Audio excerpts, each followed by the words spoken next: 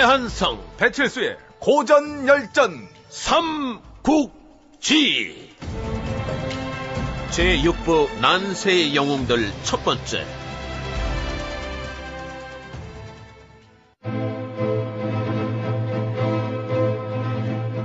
반동탁의 구호 아래 한마음으로 뭉쳤던 연합군의 드높은 의기는 불타버린 낙양의 폐허 앞에 꺾이고 말았다. 그리고 이제 한때는 동지였던 이들 사이에 갈등과 분열이 일기 시작한다. 그 화려했던 낙양이 이렇게 불타버리다니 참으로 안타깝다. 연합군의 일원으로 낙양의 주둔중인 강동태수 선견은 어느 날 밤 측근인 정보와 함께 폐허가 된 낙양을 순시하고 있었다. 주군, 저기 불에 탄 저 건물, 예전에 국회가 있던 건물 아닙니까?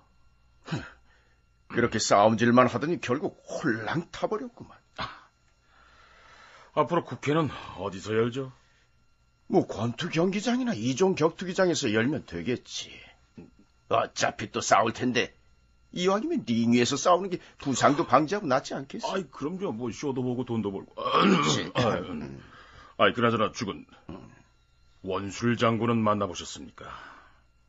지난번 전투에 책임을 물으셔야지요. 안 그래도 어제 그 일을 따지러 갔었네. 모든 게 다 부하 책임이라면서 어찌나 비굴하게 용서를 비는지. 차마 할 말을 잃고 말았네. 피를 나눈 혈맹의 동지들이건만 요즘 제후들의 행태를 보면 실망스럽게 짝이 없습니다. 그러게 말이지. 겪어보니 다들 동탁과 다를 바 없는 인간들이야. 연합군의 선봉장이었던 강동의 호랑이 선견은 원술의 방해로 화웅과의 싸움에서 패배한 후 심사가 울적해 있었다. 그런데 주군, 저쪽에서 웬 이상한 불빛이 보입니다. 불빛? 저기 옥물에서 나는 것 같은데요. 어디 한번 가보지. 예. 선견의 일행이 당도해보니 불빛은 이미 말라버린 운물 속에서 새어나오고 있었다.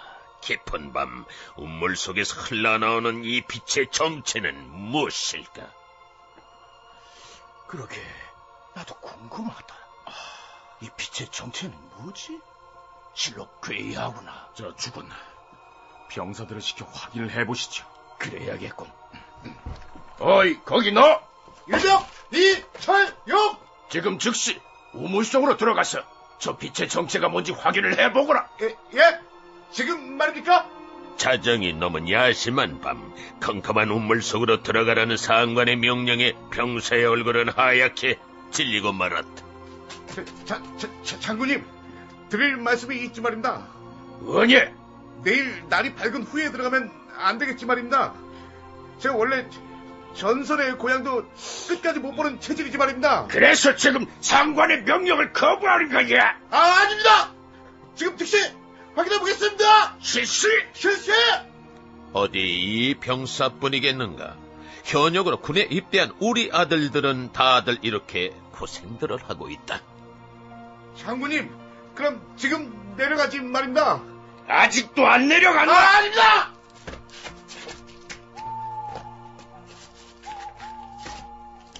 결국 병사는 몸에 밧줄을 묶고 헬기 레펠 방식을 이용해 운물로 내려간다.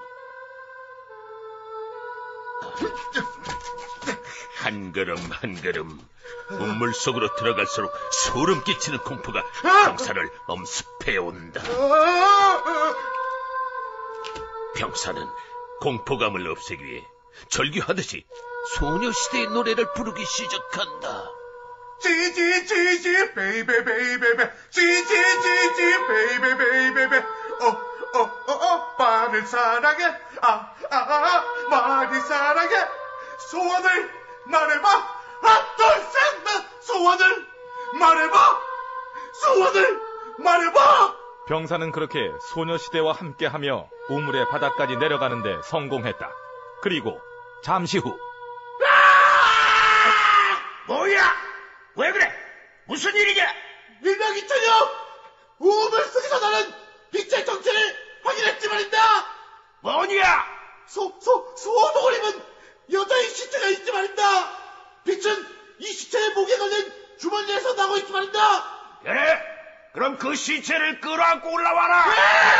왜? 명령을 거부하라. 아니지 말입니다. 지금 즉시 시체를 안고 올라가지 말입니다. 병사는 죽은 여자의 시체를 안고 이번엔 원더걸스와 함께 우물을 기어오른다. Tell me, 나를 사랑한다고, 날 기다려왔다고. I'm so hot, 난 너무 예뻐요. I'm so hot, 난 너무 매력있어. Nobody, 아우 시체, but you.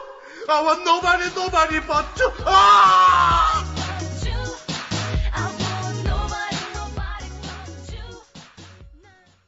우물에서 건져 올려진 건 죽은 지 얼마 안 된 어느 궁녀의 시체였다. 그녀의 목에 걸린 주머니에선 여전히 정체 모를 빛이 새어나오고 있었다. 정부, 저 주머니를 풀어보게. 네, 주군. 아니, 뭘 벽시게 묶어놨어. 아니, 이것은... 왜 그러나, 정부? 주군. 이건 전국의 옥새입니다. 뭐라고? 옥새? 지난 십상시에 나한테 옥새가 분실됐다는 소문이 돌았습니다. 그런데 그 옥새가 이곳에 있었군요. 정부, 그게 정말 옥새란 말인가? 가짜 장인이 만든 엉터리는 아니겠지? 아닙니다. 틀림없습니다. 이건 천자폐하가 사용하던 전국의 옥새입니다. 임금의 결제 도장이자 황제의 상징인 전국의 옥새. 그럼 여기서 잠시 이 옥새의 의미와 유래에 대해 알아보자. 춘추 전국시대를 통일하고 중국 역사상 최초의 통일 제국을 건설한 진나라의 진시황은 왕권의 강화와 임금의 권위를 높이기 위해 새로운 호칭들을 만들어냈지. 다들 잘들 들으라는 생각을 가지고 있습니다. 나는 그냥 보통의 전자가 아니라 아주 특별하고 위대한 전자라는 확신을 가지고 있습니다. 앞으로 날 부를 때는 폐하라고 부르도록 하세요. 자, 다 같이 한번 불러봐. 큐. 폐하. 그렇지. 그하고 나는 전설 속 삼황오제보다 더 훌륭한 전자입니다. 이렇게 해서 오늘부터 이 전자를 칭할 때는 삼황오제 두 글자를 따서 이렇게 해서 황제라고 부를 것이며, 내가 나를 지칭할 때는 짐이라는 말을 쓸 것이다. 이런 저는 생각을 가지고 있습니다. 근데 잘못하면 욕처럼 될지 모르니까 이거는 발음을 잘해야 된다. 짐 이렇게 끊어서. 만리장성과 아방궁을 건설하고 분서갱유를 통해 반대파를 탄압한 진시황은 역사상 최초로 군현제를 실시했다. 군현제란 지방의 작은 관리들까지 자신이 직접 임명을 하고 감독한다는 것이었는데, 그러다 보니 진시황에겐 결제해야 될 서류가 많았다. 조정 대신들은 들으라는 생각을 가지고 있습니다. 듣고 있지요? 네. 그래야지. 짐이 결제할 서류가 많은데 일일이 이거 전부 사인하려고 하니까 손이 너무 아프다고 생각합니다. 그래서 전자한테 어울리는 결제 도장이 하나 있어야 되겠다. 그런 전 확신을 가지고 있습니다. 폐하. 얘기하시라고. 전국시대 초나라 문왕 때부터 내려오는 화시벽이라는 보물이 있사옵니다. 그 옥으로 옥새를 만들면 어떨까요? 수명어천 기수영창. 명을 하늘로부터 받았으니 오래오래 길이길이 번창하리라. 이렇게 8글자를 새기는 것입니다. 아이고, 우리 씨나일 아주 마음에 드는 얘기를 했다. 그런 확신을 가지고 있습니다. 잘했어. 이렇게 해서 만들어진 전국의 옥새는 그 후 진나라와 한나라 시대를 거쳐 오늘날까지 이르고 있는 것이다. 이런 옥새가 어떻게 내 손에 들어오게 된 것일까? 주군, 이건 하늘의 뜻이 아닐까요? 옥새는 천하의 상징입니다. 천하의 상징이라.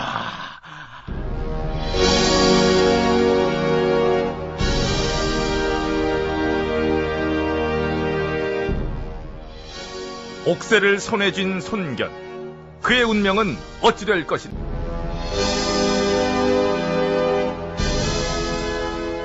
낙양의 폐허 속에서 강동태서 손견은 전국의 옥새를 발견한다. 수명, 어천, 기수, 영창. 명을 하늘로부터 받았으니 오래도록 길이 번창하리라. 천명을 상징하는 옥새를 손에 쥔 순간 손견의 야망은 꿈틀대고 있었다. 주군, 이건 하늘의 뜻이 아닐까요? 옥새는 천하의 상징입니다. 천하의 상징이라. 옥새는 선택받은 자만이 가질 수 있다 했습니다. 하늘이 주신 기회입니다. 정부, 하늘 이 일은 절대로 비밀에 붙여야 하네. 병사들 입으로 새나가지 않게 입단속 철저히 시키게.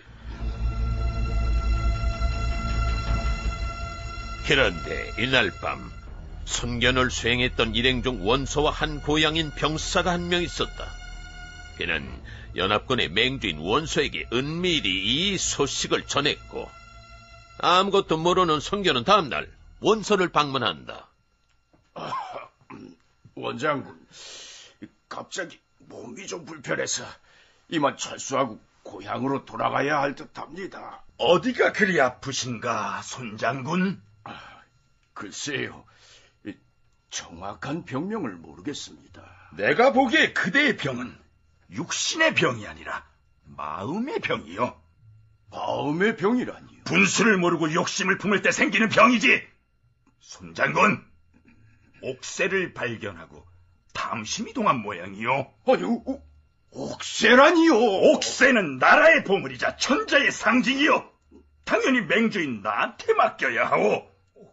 어서 옥새를 나한테 주시오. 원장군, 대체 무슨 말씀을 하시는 겁니까? 어젯밤 그대를 수행했던 병사가 내게 다 털어놨다. 이래도 발뺌 할 테냐? 한낱 병사의 말만 듣고 동지인 날 의심한단 말이오. 너 같은 도둑놈보다는 그 병사의 말이 훨씬 더 믿음이 간다. 뭐가 어쩌고 어째? 노려보면 어쩔 거냐? 해보자는 거냐, 이 천하의 역정놈! 원소와 손견은 서로를 노려보며 칼을 빼들었고 보도못한 제후들이 이들을 말리고 나섰다.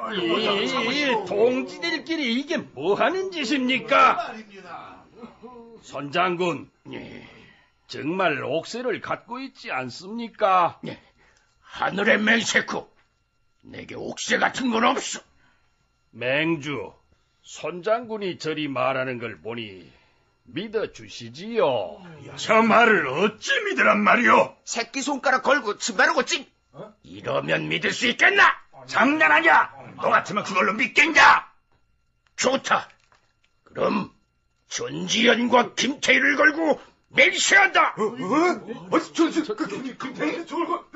난 결코 옥새를 본 적도 없다. 네가 뭔데 전지현이랑 김태희를 걸어? 그만큼 결백하단 얘기겠지요. 맹주, 이제 그만하시지요. 제후들의 만류로 둘의 싸움은 일단락됐다. 손견은 원소의 막사를 나서며 나지막히 중얼거리고 있었다. 지연씨, 태희씨, 정말 미안합니다.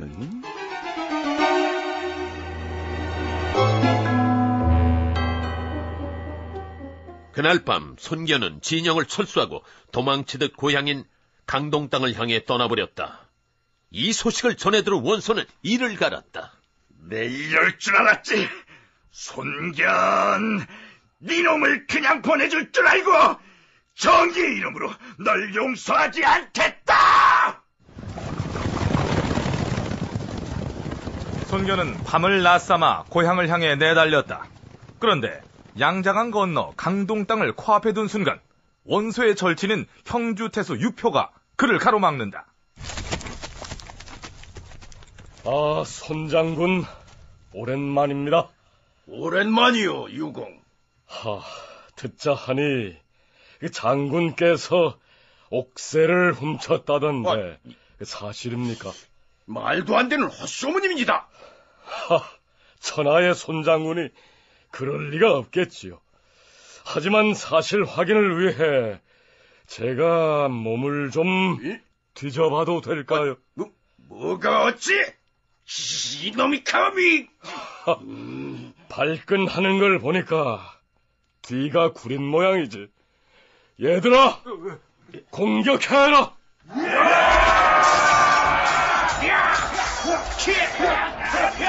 손견은 참패하고 가까스로 목숨을 건져 고향인 강동 땅에 도착했다.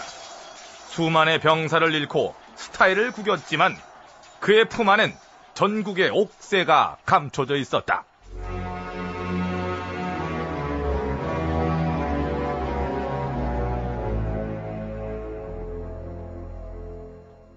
조조도 떠나고 손견도 떠나고 17로 제후연합군이 사실상 해체 수순을 밟는 가운데 낙양에 주둔 중이던 유비 삼형제 역시 철수를 준비한다. 형님, 이대로 철수하시게요?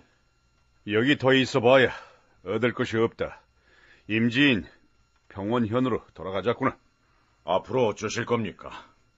이제 바야흐로 난세가 시작됐다. 힘 있는 자만이 살아남는 약육강식의 시대가 도래했어. 우리도 이제 힘을 키워야 한다. 유비 삼형제는 그렇게 연합군과 작별을 고하고 평원현을 향해 떠났다. 근데 형님, 부용아 씨랑은 어쩌실 거예요? 다시 만나실 거예요? 그토록 매정하게 이별을 선언했는데 부영씨가 날 다시 만나줄까? 아이고, 어쩌겠어요. 울고불고 막 매달려 봐야죠. 매달려서 될 일이 아니다. 에휴, 무슨 좋은 방법이 없을까? 형님, 내가 찾던 연인과 다시 만날 때는 자연스럽게 접근해야 합니다. 자연스럽게? 예, 내가 언제 그랬냐는 듯 아무렇지 않게 연락을 하는 겁니다. 마치 어제도 만나서 저녁을 먹은 사이처럼 자연스럽게 문자를 보내는 거죠. 오, 이게 너무 진지하게 다시 만나자고 하면 상대방은 그럴 마음이 있어도 자존심 때문에 허락하기가 쉽지 않습니다. 하지만 아무 일 없었다는 듯 자연스럽게 다가가면 상대도 부담 없이 마음을 열 겁니다. 이야, 그거 괜찮은 방법인데. 좋았어. 그럼 지금 당장 부용씨한테 문자를 보내야겠다. 부용, 오늘 점심 뭐 먹었삼? 우리 저녁 때 영화 하나 볼까? 어떠냐, 관우? 아주 좋습니다. 그대로 보내십시오. 그리고 잠시 후 부용의 답장이 온다. 문자 좀? 답장이 왔구나. 어디 볼까? 미친 거 아니야? 이게 뭐야? 미친 거 아니야? 이야, 형님, 부용아 씨가 웬만하면 그런 말 안 하는데 화 많이 났나 보네. 관우! 너 이거 어떻게 된 거야? 뭐 자연스럽게 하라며? 아니, 그걸 하란다고 그걸 진짜 하십니까? 어? 날씨도 좋은데 말이나 달려볼까나. 이야! 야, 가루야! 야, 인마!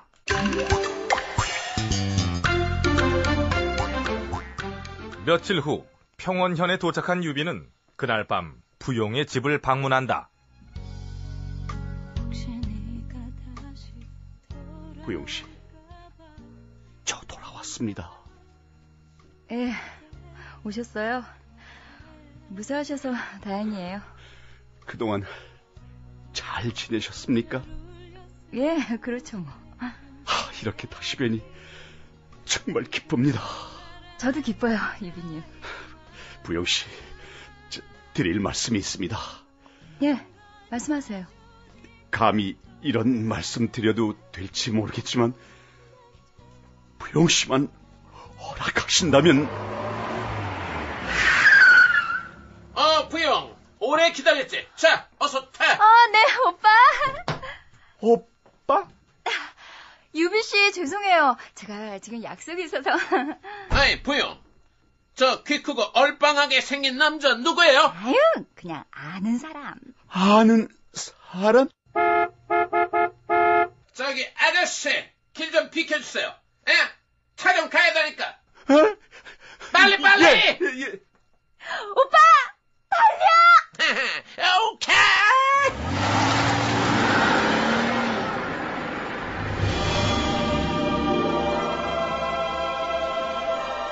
유비의 사랑은 과연 다시 이루어질 수 있을까? 동타 타도를 위해 연합군에 참여했던 유비는 결국 뜻을 이루지 못한 채 임진 평원현으로 돌아왔다. 유비는 연인 부영과의 재회를 기대했지만 그녀에겐 이미 다른 남자가 있었다.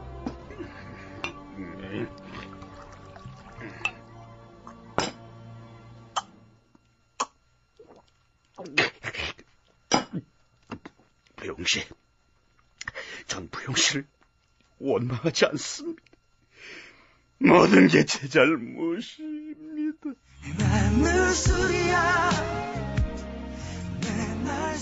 여자는 첫사랑을 기억 속에 묻고 남자는 첫사랑을 가슴 속에 묻는다 했던가. 첫사랑 부용과의 재결합에 실패한 후 유비는 매일매일을 술에 쩔어 살고 있었다. 부용씨, 보고 싶습니다, 부용씨. 문자 좀? 혹시 부용씨 문자인가? 형님, 뭐 하세요? 크리스마스 이브인데 같이 놀아요. 이런 안 들어 자식아! 크리스마스 이브를 맞아 관우와 장비는 모처럼 시내의 나들이를 나왔다. 우와! 마리오, 사람들이 진짜 많다, 그치? 그래, 크리스마스 이브라고 다들 거리로 나온 모양이다. 아니, 근데 저 사람들 다 연인 사이 같은데 우리만 남자끼리 나왔네? 부러우면 지는 거다, 장비. 여자친구 좀 없으면 어떠냐? 우리끼리 재미있게 놀면 되는 거야. 그치, 형. 그럼 우리도 오늘 근사한 레스토랑 가서 분위기 좀 내볼까? 응? 남자끼리 가면 좀 이상한가? 이상할 게 뭐 있냐? 애인 없는 사람들도 크리스마스를 누릴 권리가 있어요. 자, 어서 가자. 형, 나 팔짱 좀 껴도 돼? 오버하지 마라.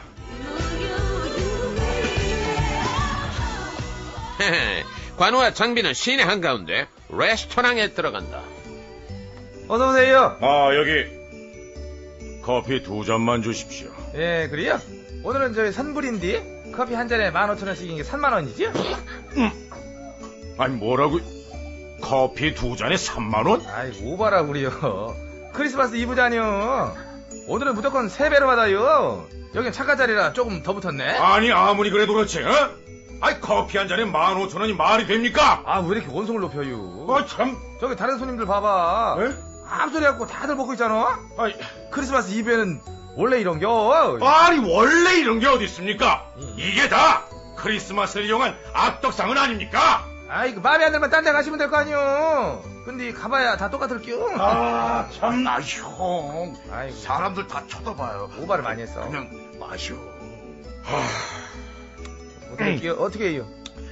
알겠습니다. 자, 그럼 커피 2잔만 주시오. 식사는 뭘로 할게요? 식사는 됐습니다. 저기 이 양반 참. 크리스마스 이브에는 무조건 식사를 시켜야 돼요.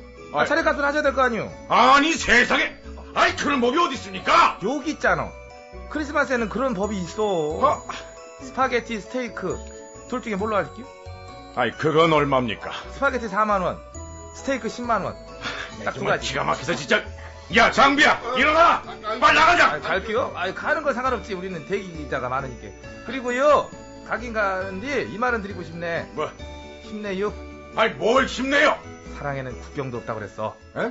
남자끼리 못해요. 나는 이해해요. 화이팅! 관우와 장비는 그렇게 불쾌한 기분으로 집으로 돌아왔다. 그런데 집에 와보니 유비가 많지 않은 채로 바닥에 쓰러져 있다. 형님! 형, 일어나요! 아우, 술 냄새! 아우, 또 섞어 마셨구나! 부영씨!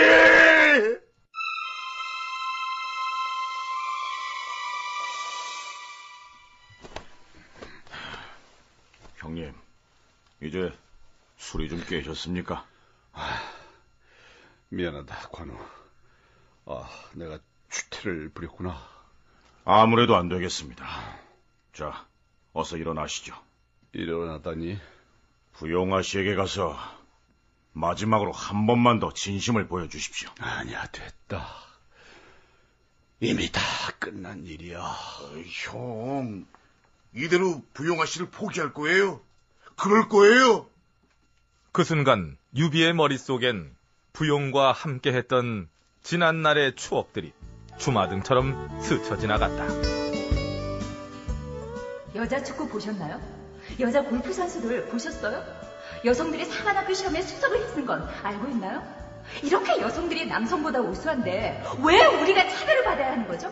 왜 여자들은 말 한 번 몰 때마다 밥하고 나왔다는 글을 꽁무니에 붙여야 하냐고요? 왜죠? 부용씨, 놈들이 추격해오고 있습니다. 걱정 마세요. 이랴! 100m 앞에서 좌회전하세요. 이랴! 전방에 속도 방지턱이 있습니다. 이랴! 50m 전방에서 유턴하세요. 유비씨, 입 좀 닫아주실래요? 안내를 종료합니다. 부용씨, 전 아직 이룬 것이 아무것도 없습니다. 하지만 언젠가 꿈이 이루어지는 날 부용씨 앞에 당당히 서고 싶습니다. 그때가 되면 절 받아주시겠습니까? 네, 유비님. 기다릴게요. 부용씨!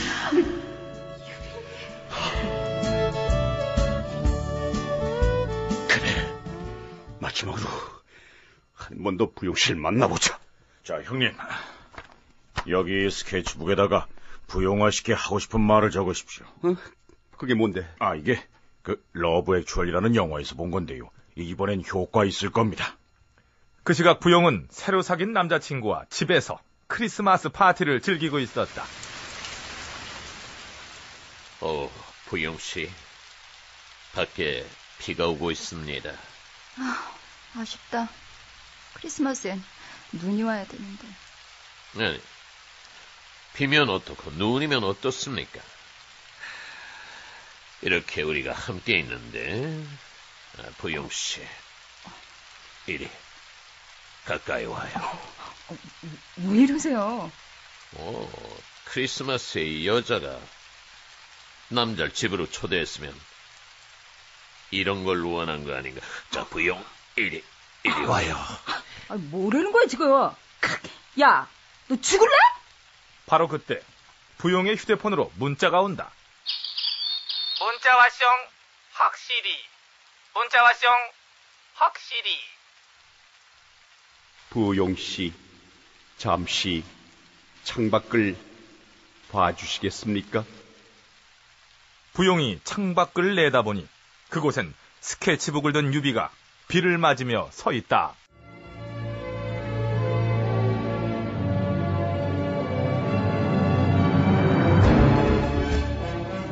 크리스마스엔 축복이 가득하리.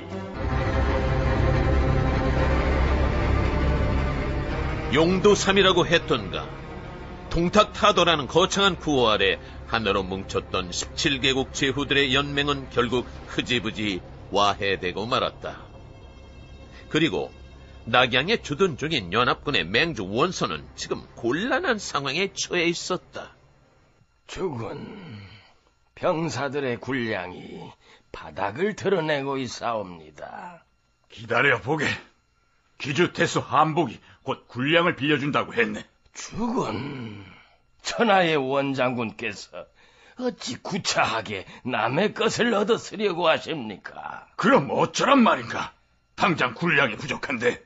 한복이 다스리는 기주 땅은 중원에서 가장 풍족한 지방입니다. 이번 기회에 기주를 우리가 접수하면 어떨까요? 난 그래도 한때 연합군의 맹주였어. 어찌 그런 짓을 할 수가 있나? 그럼 개교를 쓰면 어떻겠사옵니까? 개교? 북평의 공손찬에게 연락을 취해서 지금 즉시 기주를 공격하는 척 위협을 가하라고 하는 겁니다. 그래서? 그럼 겁 많은 한복은 뒤도 안 보고 주군에게 도움을 요청할 겁니다.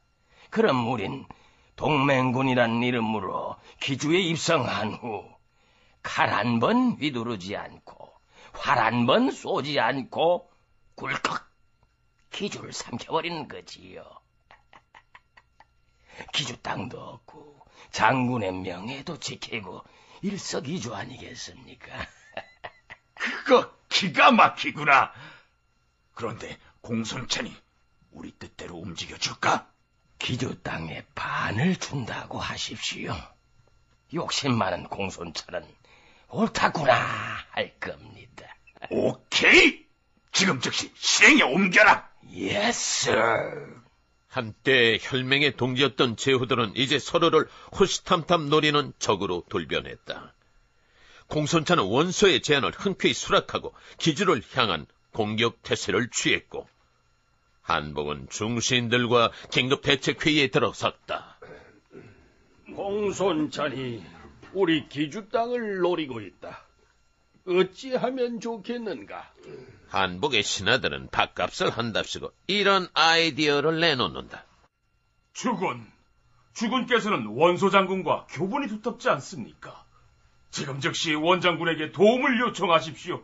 원장군의 군대가 온다면 공손찬 따위는 결코 두렵지 않습니다.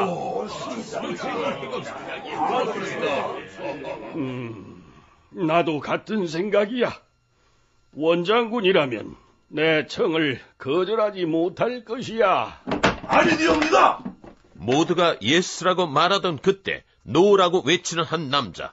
그는 바로 한복의 젊은 중신인 경무. 경무, 안 된다니? 일찍이 자주국방을 실현하지 못한 나라치고 살아남은 국가는 없습니다. 내 나라의 방위를 어찌 남에게 의존하려 하십니까? 하지만 공손찬은 우리 힘으론 벅찬 상대야. 온 나라가 하나로 뭉치면 얼마든지 막아낼 수 있습니다. 원소는 천하의 동탁마저 두려워하는 인물입니다. 그런 원소가 이 나라에 온다면 민심은 그에게 쏠리고 우린 모든 걸 뺏기고 말 것입니다.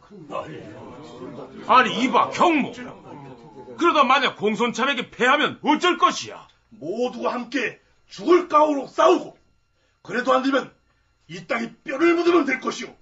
그것이 두렵습니까? 경무, 그대의 용기는 가상하지만 난 이미 마음을 정했다. 원장군한테 원군을 요청할 것이야.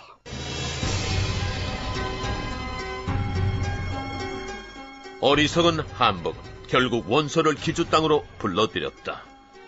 그리고 원소의 군대가 기주에 입성하는 날, 경무는 칼을 품고 군중 속에 숨어 있었다. 원소, 내 놈을 반드시 죽이고 나라의 은혜에 보답할 것이다.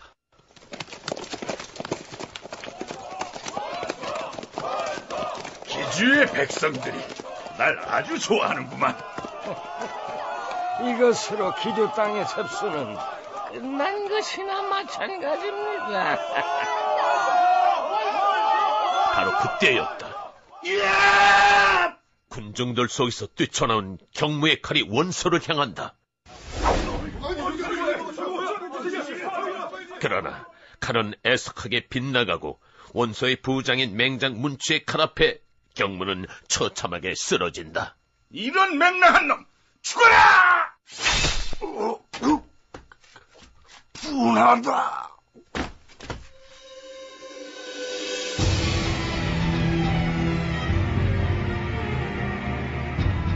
원소는 그렇게 기주 땅을 집어삼켰다. 소식을 전해들은 공손찬은 동생 공손월을 보내 기주 땅의 분할을 요구했고, 원소는 그에 대한 대답으로 공손월을 무참히 살해했다. 원소! 이 천하의 개만도 못한 놈, 네 놈을 결코 그냥 두지 않을 것이다. 마침내 중원의 두 강자 원소와 공손찬의 대결이 시작됐다. 공손찬은 그 유명한 3000기의 백마부대를 앞세워 기주 땅으로 진격해 들어왔다. 멀리서 이를 지켜보던 원소는 감탄을 금치 못한다. 이야, 저게 바로 말로만 듣던 백마진이로구만. 그 장관인데 아주 멋있어. 글쎄요. 하지만 전쟁은 멋으로 하는 것이 아니지요. 내 말이 그 말이다. 원소! 이 천하의 더러운 배신자야. 한때 너 같은 놈을 맹주로 모신 내 자신이 부끄러울 뿐이다. 나야말로 너 같은 인간과 혈맹의 동지였다는 사실이 부끄러울 뿐이다. 왜 평화로운 남의 고장을 함부로 침범하느냐? 하하하, 닥쳐라 원소. 너의 그 두꺼운 낯짝을 보는 것도 오늘이 마지막이 될 것이다. 너야말로 오늘이 제삿날이 될 것이다. 전군 진격!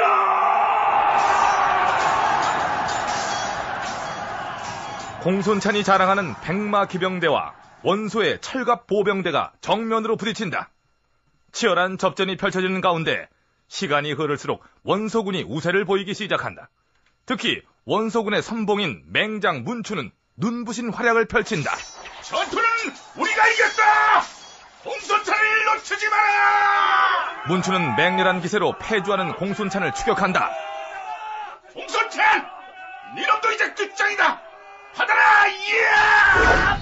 그런데 바로 그때 어디선가 날아온 창이 문추의 칼을 가로막는다. 뭐야 이거? 문추! 그대는 내가 상대해주마! 쭈구리! 이런 건방진 놈을 봤나? 너 죽고 싶냐? 살고 싶다! 너! 좋은 말로 할 때 조용히 꺼져라! 나쁜 말로 해도 새까맣게 있을 거야! 너 지금 나랑 말장난하는 거냐? 말장난이 싫으면 소장난, 닭장난을 해볼까? 아니 저 조그만 놈이 끝까지 말대꾸를! 넌 오늘 죽었어! 아자! 내말로 조심하라! 간다! 알량과 더불어 원소군 최강의 원투펀치인 문추를 상대로 수수께끼의 10대 소년 검객은 조금도 밀리질 않는다. 더구나 그 치열한 접전 속에서 중간중간 거울을 보고 머리를 만진다.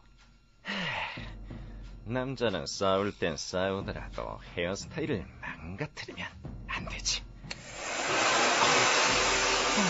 오케이. 좋아, 가름마다 씻어봤고 스프레이 뿌렸고. 어우, 너무 잘생겼다. 자, 받아라! 문쳐! 소년의 놀라운 실력 앞에 당황한 것은 문추. 잠깐, 스톱! 아니, 왜 그러는데? 살다. 너같이 칼 잘 쓰는 놈은 처음 본다. 이름이나 좀 알아두자. What's your name? 난 상산 땅에서 태어난 용의 아들 드래곤 쌀 조자룡이라고 한다. 허이, 조자룡? 드디어 삼국지의 꽃미남 검객 최고의 인기 스타 조자룡이 등장했다.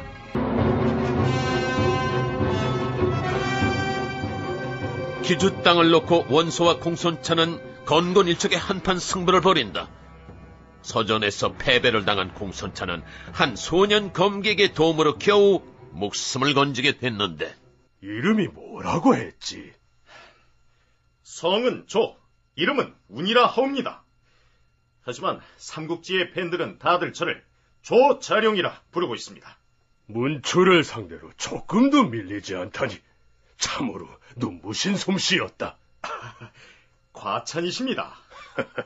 그런데 조자룡, 그대는 왜 날 도운 것인가? 원래는 원소의 휘하에 있었으나 그의 편협한 인격에 실망하여 장군께 오게 된 것입니다. 그대와 같은 인재를 놓치다니 원소 그자는 참으로 어리석기 짝이 없구나. 이보게 조자룡, 예. 앞으로 나와 함께 큰 일을 이뤄보지 않겠나? 충성을 다하겠습니다. 장군님. 무슨 일이냐? 평원 땅의 유비님께서 원군을 이끌고 오셨습니다. 헐, 유비가 날 도우러 왔다고? 어서 들라 해라!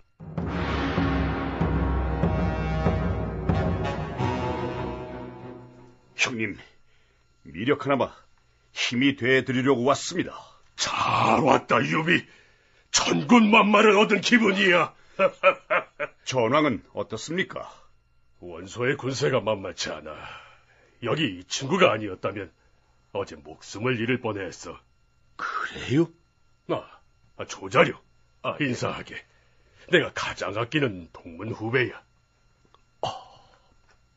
반갑습니다. 유비 현덕이라고 합니다. 네. 조자룡이라고 합니다. 첫눈에 반한다는 말은 남녀 간의 사랑에만 쓰이는 것이 아니다. 동성 간에도 단 한 번의 만남으로 서로에게 우정을 느끼고 서로에게 끌리는 경우가 있는데 지금 유비와 조자룡이 그랬다. 앞으로 우리 공손찬 형님을 잘 부탁드립니다. 예. 유비님. 자, 오늘 이렇게 새 식구도 맞았으니 비록 진중이지만 조촐하게 파티나 열어볼까? 잔치를 좋아하는 중국인답게 공손찬의 진영에선 적을 코앞에 두고 조촐한 술자리가 열렸다. 다들 떠들썩하게 즐기고 마시는 가운데 유비와 조자룡은 노골적으로 붙어앉아 둘만의 담소를 나누고 있다. 그래서 내가 그랬죠. 예. 장비야, 장비 챙겨라. 관우는 어디 가노? 유비님, 정말 재밌습니다. 그래요? 야, 우리 장비 녀석은 내가 맨날 썰렁하다고 아주 타박을 주던데. 그래요? 야, 우리 자룡님은 역시 개그감이 있으시군요. 그런데 멀리서 두 사람을 질투 어린 시선으로 바라보는 남자가 있다. 바로 장비. 관우 형, 우리 형님 왜 저러는 거예요? 저 쬐끄만 녀석한테 찰싹 달라붙어서 아주 그냥 알랑방구를 끼고 있어요. 저 친구가 형님 마음에 들었나 보지. 아니, 둘이 혹시 이상한 감정이 있는 건 아니겠죠? 아하, 시끄럽다. 에이, 그나저나 큰형님 너무한 거 아니에요? 우린 이렇게 내팽개쳐놓고 처음 보는 친구랑만 붙어있잖아요. 장비, 너 혹시 질투하냐? 에? 질투는 내가 무슨 질투를 해요? 그냥 좀 어이가 없어서 그렇지. 그럼 투덜대지 말고 너도 가서 끼면 될 거 아니냐. 잠시 후 장비는 슬그머니 유비와 조자룡 사이에 끼어든다. 무슨 얘기를 그렇게 재밌게 하세요? 우리 자룡님이 소개팅 했던 얘기를 해주는데, 이야, 어찌나 재밌는지 아주 그냥 배꼽이 빠지는구나. 그래요? 형님, 그럼 저도 재밌는 퀴즈 하나 낼까요? 퀴즈? 그래, 어디 한번 낼 테면 내봐. 예. 가수 비의 매니저가 하는 일을 네 글자로 줄이면 뭘까요? 정답! 비만 관리. 맞죠? 이야, 우리 자룡님은 별걸 다 아시네. 아닙니다. 제가 아주 옛날 거예요. 옛날? 저는 좋아. 그럼 다른 거요. 엄마가 길을 잃었다. 이걸 네 글자로 하면 뭘까요? 맘마미야? 맞죠? 이야, 대단하십니다. 이야, 모르시는 게 없네. 아닙니다. 문제가 워낙 쉬운 거리. 쉬워? 저기 진짜, 정말. 야, 이거 우리 자룡님, 이게 술이 떨어졌네요. 자, 한잔 받으셔야지, 받으셔야지. 감사합니다. 자, 러브샷 그럴까요? 러브샷. 형님, 제 술잔 이거 빈 거 안 보이세요, 이거? 그냥 자작해. 누구는 집이고, 누구는 주둥이에요? 지금 사람 차별하는 거예요! 이거 별것도 아닌 거 가지고 자꾸 소리 지르고 지랄이야. 알았어, 따라줄게. 됐어요! 안 먹어! 드럭도 치사해서 안 먹어! 아니, 저 녀석 저걸! 장비는 홧김에 술김을 더해서 노래방 반주에 맞춰 이런 노래를 부른다. 넌 대체 누굴 보고 있는 거야? 내가 지금 여기 관우야, 아니 장비 저 녀석 또 왜 저러냐? 형님이 너무 조자룡이란 친구만 챙기니까 질투가 난 것 같습니다. 좀 달래주십시오. 딱선이 없는 놈 같으니. 그나저나 조자룡이란 친구는 어떻습니까? 공손찬 형님의 부하가 아니라면 당장 내 곁으로 데리고 오고 싶구나. 늦게 만난 게 아쉬울 뿐이다. 형님, 언젠가는 함께 일할 기회가 올 겁니다.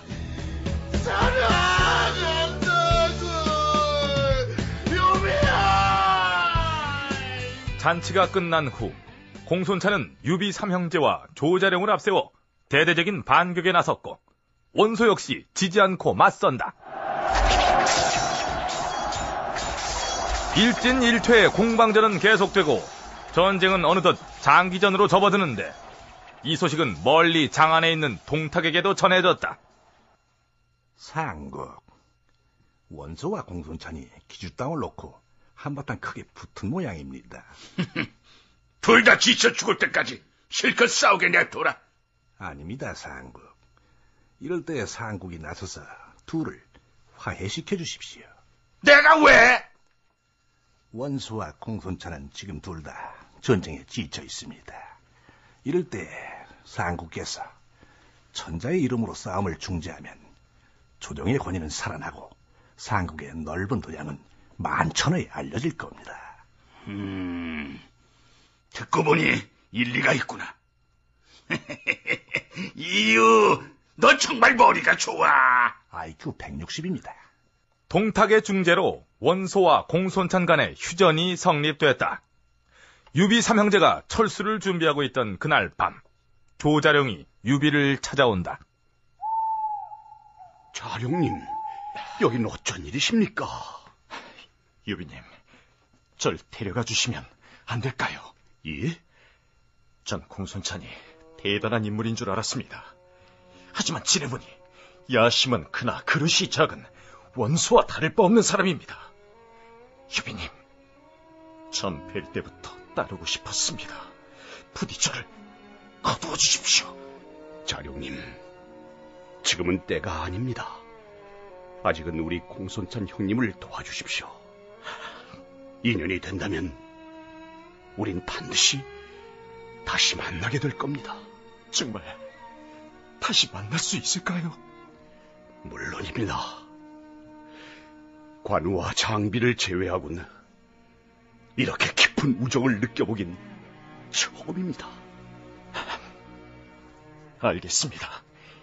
그럼 다시 만날 그때를 기다리겠습니다. 부디 몸 건강하십시오.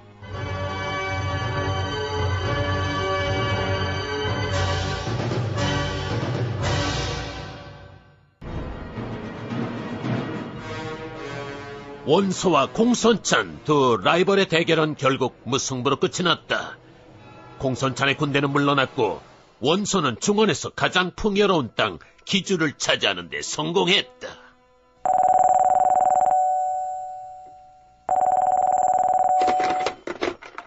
여보세요? 형님, 저 원술입니다. 형님, 제가 요즘 식량이 조금 부족합니다. 식량 좀 빌려주십시오. 원소의 사촌동생인 하남태수 원소는 흉년으로 인해 최근 극심한 식량난을 겪고 있다. 돕고는 싶다만 나도 요즘 여유가 없어서. 그 형님이 차지한 기조 땅은 중원에서 가장 부유한 땅 아닙니까? 좀 도와주십시오. 여보세요? 여보세요? 전화가 왜 이러지 이거? 여보세요? 형님! 에이씨, 뭐야 이게?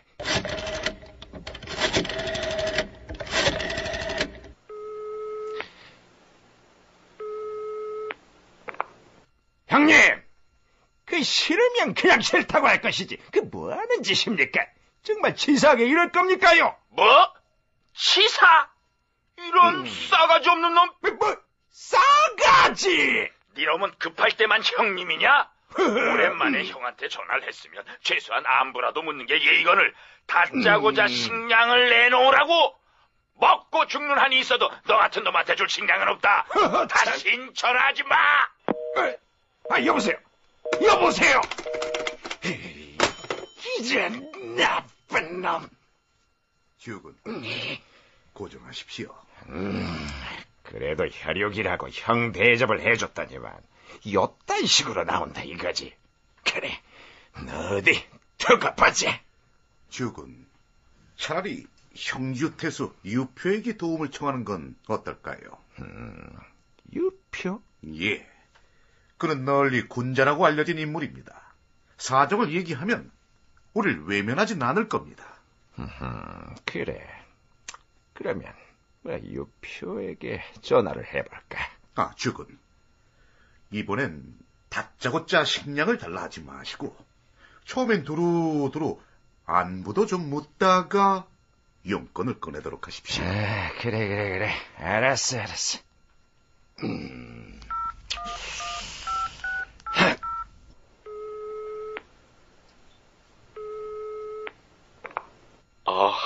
여보세요? 유공, 저 하남태수 원술입니다. 어쩐 일이십니까? 그냥 안부 전화 드렸습니다. 잘 지내시지요? 잘 지내고 있습니다. 예. 그 부인께서도 잘 지내십니까? 모르셨군요. 예? 얼마 전에 사별했습니다. 저런. 아이고, 죄송합니다. 제가 괜한 얘기를 꺼냈습니다. 괜찮습니다. 그 아드님들은 잘 있습니까? 그 큰아드님이 이번에 수능 시험을 치렀다지요. 수시, 정시 다 떨어지고 재수 준비하고 있습니다. 웬만하면 자식 얘기 꺼내지 마십시오, 진짜. 예. 아이고, 죄송합니다. 그때 제가 괜한 얘기를. 괜찮습니다. 그럼 건강은 좀 어떠십니까? 요즘도 정정하시지요? 얼마 전에 치질 수술을 받고 다 완쾌됐나 싶었는데 이번엔 빙판길에 넘어져서 꼬리뼈를 다쳤습니다. 아이고. 짜증나. 저 지금 엎드려서 전화 받고 있습니다. 예. 그러시군요. 제가 좀 힘들어서 그런데 용건 없으시면 전화 끊겠습니다. 잠깐만요. 유공, 실은 제가 사정이 조금 급해서 그런데 식량을 좀 빌릴 수 있을까요? 안 되겠는데요. 안 돼요? 방금 원소 장군한테 전화가 왔는데 원공에겐 쌀한톨 빌려주지 말라더군요. 죄송합니다. 에이, 원소 유표 이런 나쁜 놈들. 내 이놈들을 그냥 두지 않을 것이다. 주군, 우리 힘으로 저 둘을 상대하기엔 벅찹니다. 걱정 마라. 송견을 이용하면 될 것이야. 송견이요? 강동의 송견은 지난번 옥새 문제로 원소와 유표한테 원한을 가지고 있어. 그를 부추겨서 놈들한테 본때를 보여주자. 산물이 풍부하고 기름진 영토를 갖춘 양자강 남쪽 천혜의 땅 강동. 이곳에 맹주로 군림하고 있는 장사태수 손견은 어느 날 최측근인 정부를 고출한다. 주군, 부르셨습니까? 정부, 지금 즉시 전군에 비상소집령을 내리도록 하게. 형주의 유표와 일전을 치를 것이야. 예? 원술로부터 군사동맹을 맺자는 제안을 받았네. 자신이 원소를 막을 테니 나보고 형조를 치라고 하더군. 하지만 주군, 전쟁에 명분이 필요합니다. 더구나 원수는 간교한 자입니다. 함부로 믿어서는 안 됩니다. 걱정 말게. 내가 아무렴 원술 같은 인간을 믿겠는가. 유표는 내가 옥새를 훔쳤다며 모욕을 주었어. 그 치욕을 이번 기회에 반드시 갚고야 말겠네. 주군, 형주의 유표는 만만히 볼 상대가 아닙니다. 내 어찌 유표 따위를 두려워하겠는가. 난 이미 결심했네. 형조를 석권하고 우리 강동의 힘을 만천하에 알릴 것이야.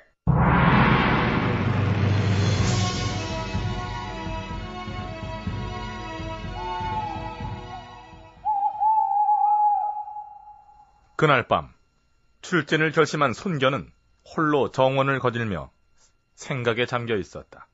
그런데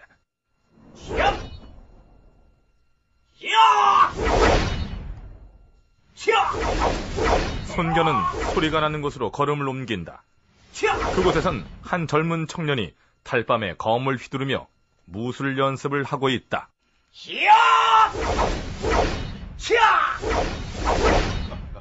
제가 무술을 연마하고 있느냐. 아버님, 언제 오셨습니까? 애비가 온 것도 모르고 아주 열심이구나. 그래, 무예는 좀 늘었느냐? 아직 부족한 게 많습니다. 올해 나이 17인 손견의 장남 손책. 빼어난 용모와 아버지 못지않은 용맹함으로 손견의 각별한 사랑을 받고 있었다. 어디 한번 이 애비와 대련을 해보겠느냐? 네? 제가 어찌 감히 아버님과... 걱정 마라. 이 애비는 맨손으로 널 상대해주마. 맨손으로요? 자, 이 목검으로 애비를 찔러보거라. 아마 쉽지 않을 거야. 알겠습니다. 부족하지만 열심히 해보겠습니다. 자, 그럼 시작할까? 예, 아버님. 그럼 공격하겠습니다. 가자! 허리 공격하는 척하면서 머리 공격!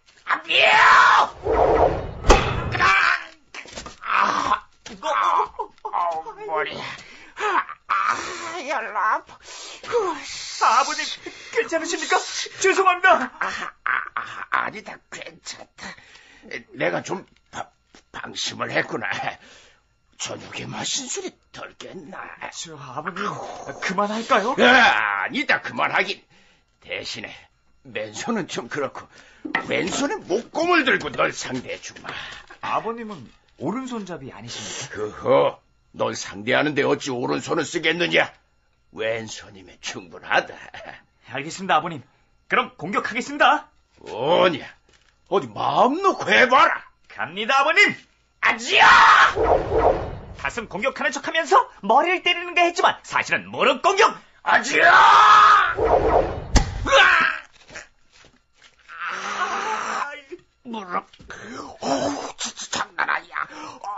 아버님, 괜찮으십니까? 괜찮고 말고. 실은 내가 요즘 왼손을 다쳤는데 깜빡했구나. 그럼 대련을 그만할까요? 아니야. 대신 이번엔 오른손을 써야겠구나. 그래도 아들과의 대련인데 정정당당하게 해야지. 알겠습니다. 그럼 다시 공격하겠습니다. 오냐, 덤벼봐라. 아지야!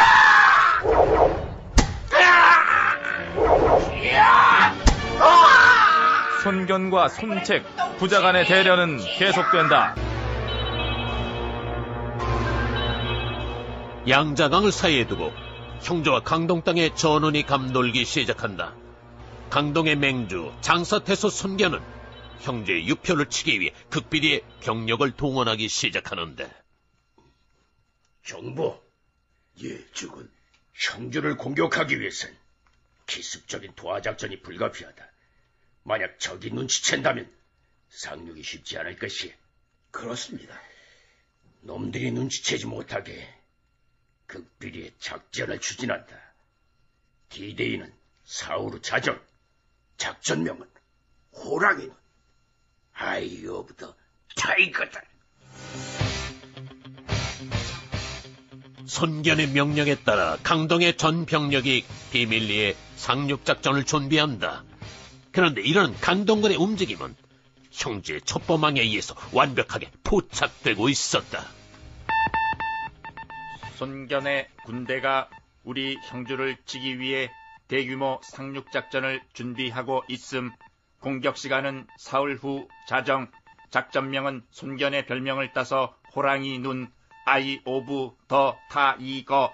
지금 즉시 적의 공격에 대비하기 바람. 이상. 손견의 비밀선언 군사작전은 강동 땅의 암약종인 형제의 스파이들에 의해서 모조리 누설되고 말았다. 손견은 대노했다. 정보! 나라의 보안이 이렇게 허술해서 되겠나? 아군의 군사기밀이 다 새고 있어. 죄송합니다, 아직은. 강동에서 활동 중인 형주의 스파이들을 지금 즉시 색출하도록 하게. 수상한 자들은 모조리 잡아들이도록. 예, 주군. 정보는 즉시 강동의 전 병사들에게 다음과 같은 간첩 식별 요령을 하달한다. 첫째, 새벽에 등산복을 입고 어슬렁거리는 자. 둘째, 버스비나 담배값 등 서민 물가를 모르는 자. 셋째, 특별한 직업 없이 사치스러운 생활을 하는 자. 넷째, 특별한 목적 없이 해외여행이 잦은 자.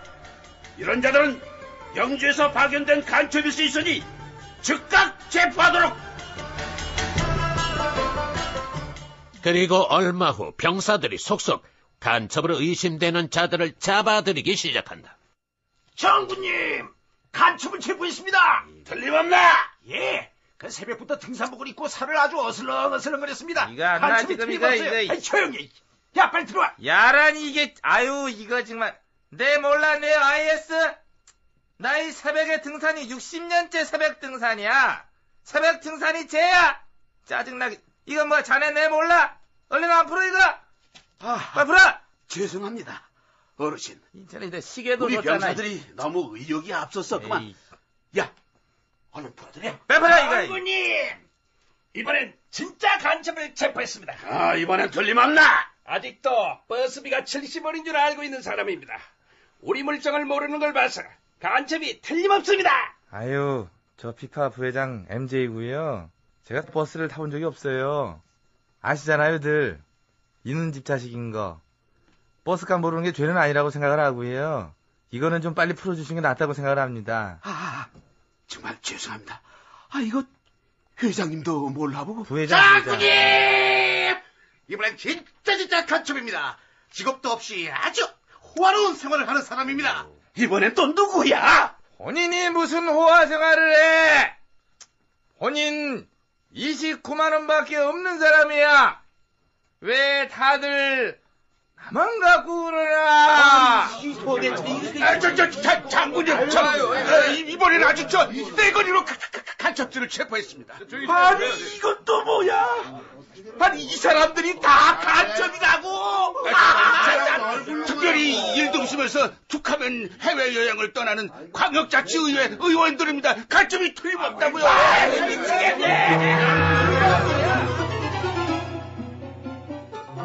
기습적인 상륙작전은 물거품이 됐지만 손견은 여전히 자신감에 넘치고 있었다.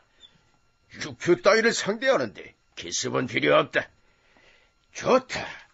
당당히 정면으로 맞서주마. 기다려라, 유표. 그런데 출진을 하루 앞두고 손견의 아내 오씨 부인이 자녀들을 모두 이끌고 손견을 찾아왔다. 오, 아이고, 귀여운 내 새끼들. 니들이 어쩐 일이냐? 애비의 출진을 축하해주러 왔느냐? 여보, 드릴 말씀이 있습니다. 이번 출진 거두어 주시면 안 될까요? 거두다니? 그게 무슨 말이요? 이 아이들과 당신의 아내들을 생각해서 형주와의 전쟁을 중지해 주십시오. 우린 여기서 잠시 손견의 가족 상황에 대해서 알아보도록 하자. 일찍이 손견은 강동 제일의 미녀로 소문난 오씨 부인을 아내로 맞이했다. 신랑 손견군은 평생토록 신부 오씨만을 사랑할 것을 맹세합니까? 네! 영원히 그녀만을 사랑할 것을 맹세합니다! 이렇게 오씨 부인과 결혼한 손견은 슬하에 손책, 손건, 손익, 손광 4명의 아들을 두었다. 그런데 그는 얼마 후 이번엔 오씨 부인의 동생, 다시 말해 처제인 작은 오씨와 또 결혼식을 치른다. 이 신랑 손견군은 이 작은 오씨 부인 하고 첫 번째 결혼한 오씨 부인 이래 두 여자만을 평생 사랑할 것을 맹세합니까? 네! 평생 두 여자만 사랑할 것을 맹세합니다! 두 번째 부인 작은 오씨와 손랑, 손인 두 자녀를 낳은 손견. 그때 그는 1년 후 다시 유씨 부인이란 여자와 세 번째 결혼식을 치르는 것. 아니 뭐야 이거? 결혼을 더 한다고? 이런 게 다 있어 이거 이렇게 하니까 남자들이 이거는 정말 같은 남자로서 다른 남자들이 이런 경우는 정말 부러워합니다. 너무 부럽다는 저 생각을 하고 있습니다. 뭐 그렇지 않습니까? 이런 손견에게 지금 첫 번째 부인인 오씨와 자녀들이 몰려와 출진을 만류하고 있었다. 명분 없는 전쟁으로 인해 온 나라 백성들이 불안에 떨고 있습니다. 지금은 전쟁보다 더 중요한 일이 많습니다. 더 중요한 일이라니? 이 추운 겨울에도 끼니를 걱정하는 아이들, 갈수록 팍팍해지는 서민들의 삶, 대학을 나와도 일할 곳이 없는 젊은이들. 지금은 이런 문제에 힘을 기울이셔야 할 때입니다. 국가의 안보보다 더 중요한 일이 어디 있단 말인가? 내 결심은 이미 확고하오. 여보, 이번 출진은 왠지 불길합니다. 부디 소첩의 청을 들어주시옵소서. 아빠. 대장부가 큰일을 하려는데 격려는 못해줄 망정 이게 무엇들하는 짓이야? 쏙들 물러가라!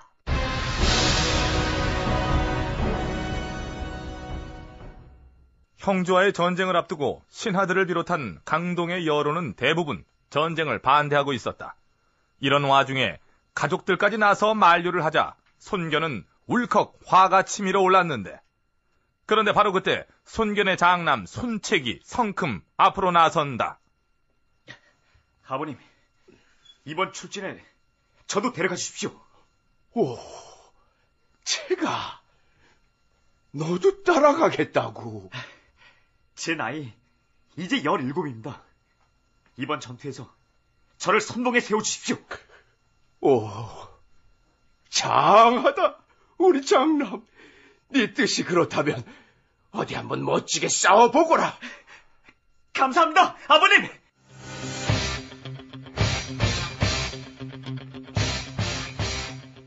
그리고 다음 날 강동에 정예 병력을 실은 500척의 병선이 양자강을 가로질러 형주로 진격하기 시작했다.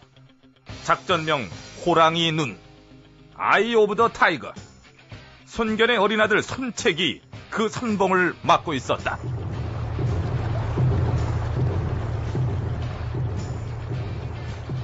강동의 용맹한 전사들이여! 우리에게 패배란 없다! 전군 진격!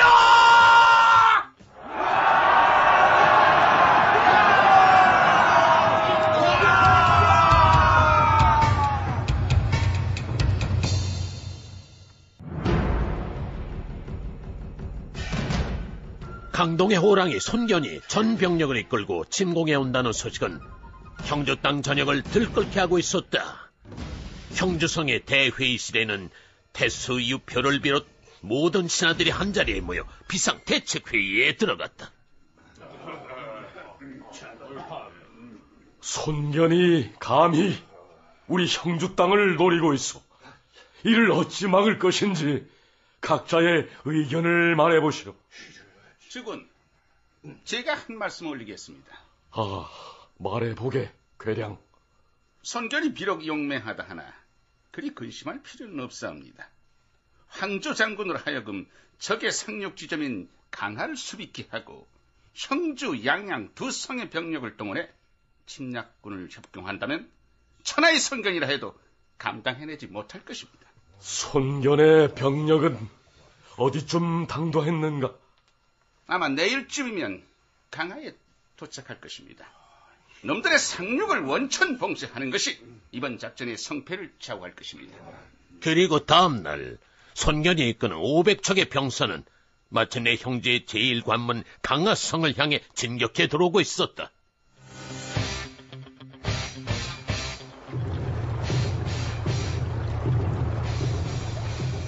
정보! 예, 주군.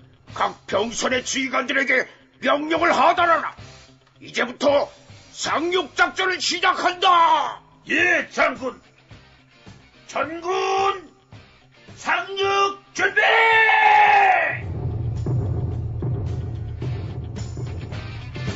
손견의 강동군이 상륙작전을 준비하고 있던 그 시각, 유표의 부하 황조가 이끄는 형주군 역시 연안 전역에 걸친 강력한 방어선을 구축하고 결전을 준비하고 있었다. 어디 한번 올 테면 와봐라. 이 강동의 쥐새끼 놈들. 단 한 놈도 살려두지 않을 것이다. 강동의 용사들이여, 형제의 약조일들을 모조리 짓밟아버리자. 전군 진격! 500척의 병선에서 쏟아져 나온 강동의 병사들이 일제히 강물을 헤치며 적진을 향해 진격해 들어가기 시작한다. 그리고 이에 맞서는 형주군의 화살 공격이 하늘을 뒤엎듯 쏟아지기 시작한다. 물을 막아라! 모조리 강물에 쓸어버려라! 쏟아지는 화살비, 병사들의 처절한 비명 소리, 아비규환의 처참한 전장이 성견의 눈앞에서 펼쳐지고 있었다. 물러서지 마라! 우리 강동의 용사들에게 후퇴는 없다! 전문 진격! 용장 밑에 약졸 없다고 했던가. 빗발처럼 쏟아지는 화살을 뚫고 손견의 병사들은 마침내 적의 일각을 돌파하는데 성공한다. 그리고 그 맨 손 뒤에 손견의 어린아들 손책이 있다. 적진이 돌파됐다! 병사들은 나를 따르라! 정보! 예, 주군! 손책이 다칠지 모른다. 어서 와서 녀석을 도와주게! 예, 알겠습니다! 천하에 두려울 것 없는 손견이었지만 자식의 안위 앞에선 그 역시도 어쩔 수 없는 아버지일 뿐이었다. 그러나 아버지의 걱정과는 달리 아들 손책은 눈부신 활약을 펼치고 있었는데, 받아라! 지어! 으아! 아비요! 내가 바로 손균의 아들 손책이다! 어디 덤빌 테면 덤벼보아라!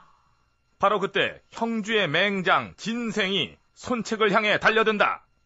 네가 바로 강동의 쥐새끼로구나! 까불지 말고 나랑 한번 붙어보자! 해랴! 손책은 다가오는 진생을 지그시 바라본다.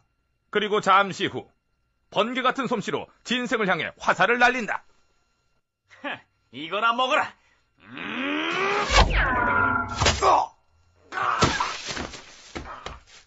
보았느냐? 호랑이는 쥐새끼를 낳지 않는다! 내가 바로 강동의 호랑이 손견의 아들 손책이다! 손견군의 압도적인 공세 앞에 형주의 수비군은 무너지고 말았다. 손견은 압승을 거두고 형주의 중심부인 양양성을 포위하는데 마침내 성공한다.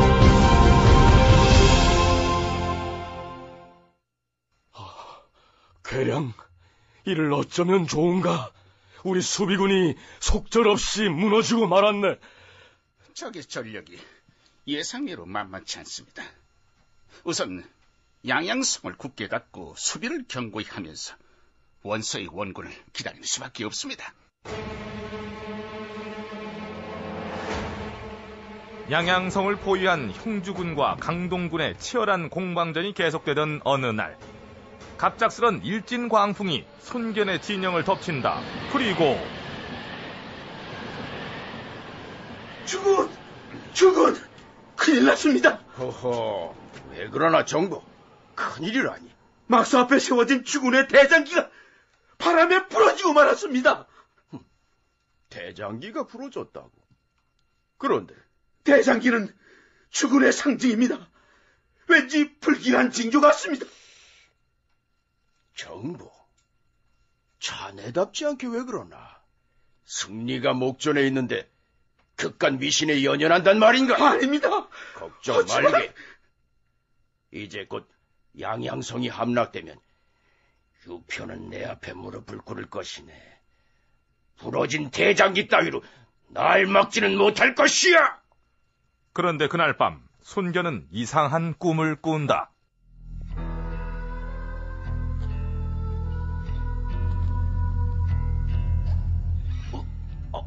아이고 배야. 배탈이 난다.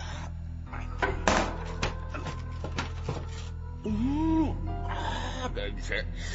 누가 볼일을 보고 물을 안 내놨어.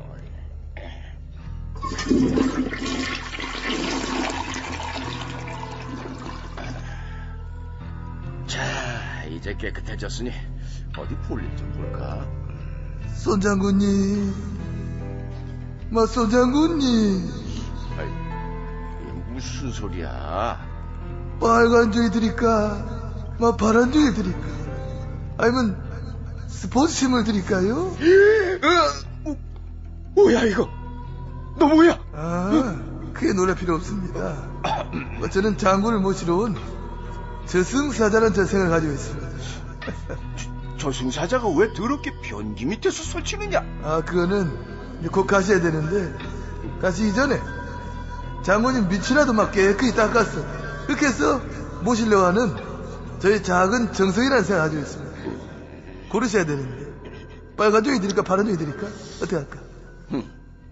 네가 잘 모르는 모양인데 뭐를? 이 변기 비대다. 응? 이거나 먹어라. 에라 이거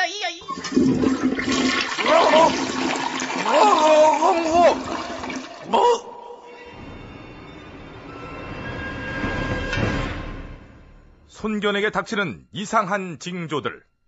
과연 손견의 운명은 어찌 될 것인가?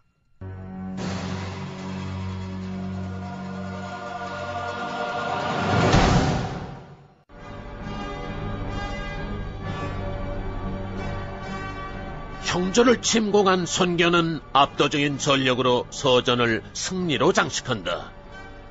양양성을 포위한 강동군과 형조군의 치열한 공방전이 계속되는 가운데 형조 태수 유표의 모사 괴량은 비장의 카드를 꺼내드는데, 주군, 이제 방법은 하나뿐입니다. 기주의 원소 장군에게 원군을 요청하십시오. 하지만 사방이 모두 적에게 포위됐네. 이 포위망을 어떻게 뚫고 원소에게 간단 말인가? 그건 제게 맡겨주십시오. 반드시 성공시키겠습니다. 그럼 자네만 믿겠네. 그나저나 소식 들으셨습니까? 소식이라니? 어젯밤 불어닥친 광풍에 손견이 대장기가 부러졌다고 합니다. 그래? 전 오래전부터 천문을 공부해왔습니다. 어젯밤 별점을 쳐보니 이건 우리에게 아주 유리한 징조입니다. 별점이라. 그건 어떻게 보는 건가? 저기 하늘에 떠있는 별들이 보이십니까? 날이 흐려서 많이 보이진 않지만 별들이 보이는구만. 그럼 이제 여기 태수님과 손견의 이름을 적은 후 별의 숫자만큼 양쪽을 번갈아 가리키며 점을 칩니다. 어느 쪽이 불길할까요? 알아맞혀 봅시다. 딩동댕 동댕딩. 자, 보십시오. 손견을 가리키고 있습니다. 그게 별점인가? 참으로 신기하구만.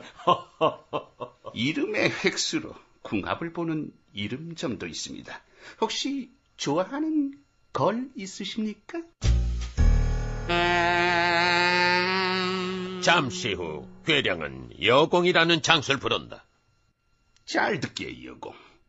자네에게 500의 기병을 줄 테니 지금 즉시 성의 남문을 빠져나가 기주의 원수에게 달려가게.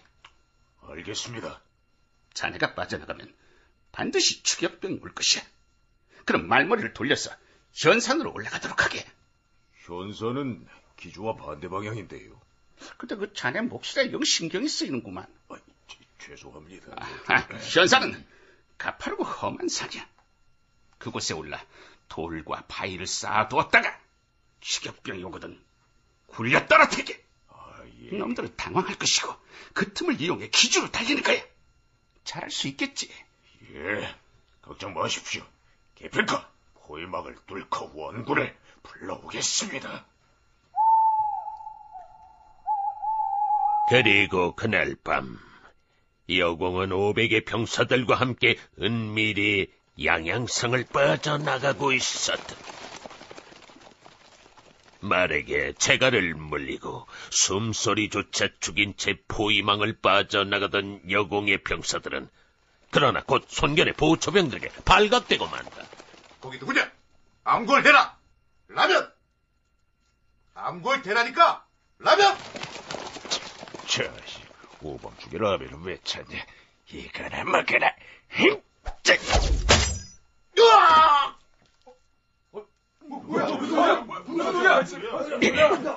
적에게 발각됐다. 어서 달려라! 리사! 그런데 그때 마침 근방을 순찰 중이던 손견은 보고를 받자마자 무장도 갖추지 않은 채 적병을 추격하기 시작했다. 성안에 적병이 탈출했다! 놈들을 추격하라!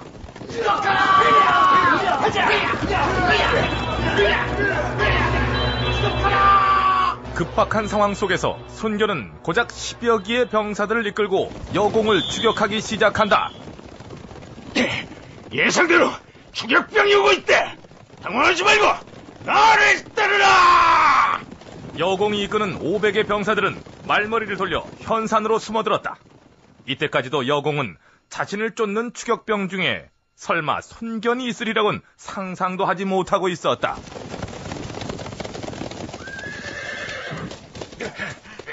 주군, 적들이 이 가파른 절벽으로 올라간 것 같습니다. 지원병이 올 때까지 잠시 기다리시죠. 그러게 시간이 없다. 이따위 절벽이 뭐가 두려우냐. 말을 달려 단숨에 올라가자. 자, 모두들 나를 따르라. 손견이 지상에서 내린 마지막 명령. 자신 앞에 어떤 운명이 기다리고 있는 줄도 모른 채 손견은 단숨에 말을 타고 절벽을 오르기 시작했다. 그리고 절벽 위에 숨어있던 여공은 기회를 놓치지 않았다. 놈들이 절벽을 오르고 있다. 기회는 이때다. 바위를 굴려라! 수많은 바위돌들이 손견과 그의 부하들을 향해 덮쳐왔다. 뒤늦은 후회와 함께 손견의 눈이 밤하늘의 초생달을 응시하던 순간, 으아!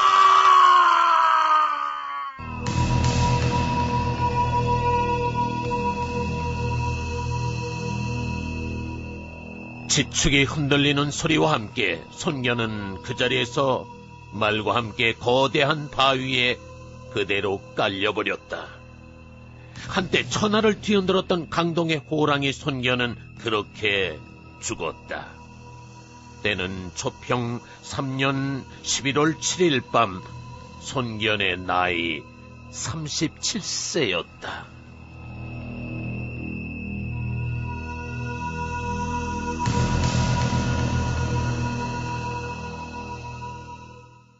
안녕하십니까.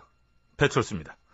앞서 여러 차례 설명해드렸듯이 소설 삼국지 연의는 실칠허삼, 70%의 진실과 30%의 허구로 구성되어 있습니다. 소설가 나간중은 주인공인 유비 쪽 인물들을 띄워주기 위해 정사와는 전혀 다른 과장된 사건들을 만들어냅니다. 그렇다 보니 반대로 피해를 본 사람들이 있죠. 그 대표적인 인물이 바로 손견입니다. 사실 손견은 당시의 제후들 중 동탁이 가장 두려워했던 당대 최강의 장수였습니다. 오죽하면 동탁이 손견이 죽으니까 이제야 발을 뻗고 잠을 좀 자게 됐네 라고 안심을 했다고 전해지는데요. 실제로 연합군과 동탁의 대결에서 화웅의 목을 베고 사수관을 함락시킨 것은 바로 손견이었죠. 하지만 나관중은 관우를 띄우기 위해 일부러 손견을 깎아내리고 그 술잔이 식기도 전에 화웅의 목을 베어왔다는 그 유명한 에피소드를 창작해내게 되는데요. 아마도 손견 입장에서는 허무한 이 죽음보다도 요 얘기가 더 억울한 일이 아닐까 개인적으로 그런 생각이 듭니다. 자, 시간을 좀 많이 끈 것 같은데요. 광고 듣겠습니다. 광고 나갔잖니? 나갔어요? 이런. 알겠습니다. 어쨌거나 손견의 죽음으로 전세는 단숨에 역전됐다. 그리고 17 어린 나이로 첫 전투에 나섰던 손견의 아들 손책은 아버지의 죽음이라는 쓰라린 아픔을 맛보았다. 아버님! 아버지! 죽음! 그러나 아버지의 영구를 싣고 들어오는 배전에서 청년 손책은 이렇게 맹세하고 있었다. 아버님이 못다 이룬 대업은 내가 이룰 것이다. 두고 봐라. 반드시 천하에 내 이름을 떨치고야 말리라.